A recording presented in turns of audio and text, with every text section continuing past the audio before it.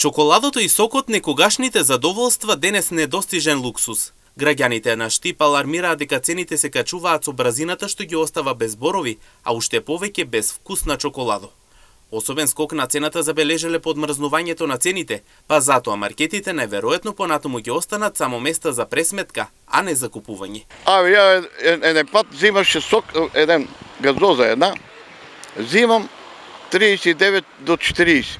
Сега гледам 60 динара. Чоколадото, тоа е по име.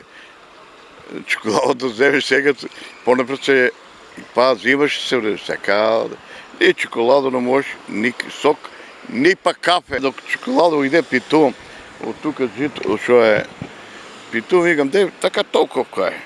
Викам, колку пари? 190 динара. 190, тоа е толкова чоколада, ова е чудо. Чудо, не видено ево. Чоколада не јадам, другарче. Кафе пијам. И па скапо е. Слушам дека се качило какаото, кафето, чоколади. Има покачување тоа. Скапи се, ние не купуваме, ние јадаме. Скапо е. Се е скапо, но мора да се јаде. Кој ми се јаде, купувам се. Се чоколада, се е качено, се. Се е качено. И банани, и јабуки. Повозрастните на терен остануваат десетни дека мора да заштедат за да купат чоколада за внуците. На некои, иако најмилите не се во државата, сепак се штеди за кога ќе пристигнат. Каде ќе купиш, бе, братче, не можеш да купиш до тие чоколада да сгупиш. Ја соко, до седам викам пред една недела. Па, слушај, мојата внука не е тука, надворе, кога дојде, па оставам некој динар, мора да. Па и да скапа мора да купам, покрај внучите ние јадеме.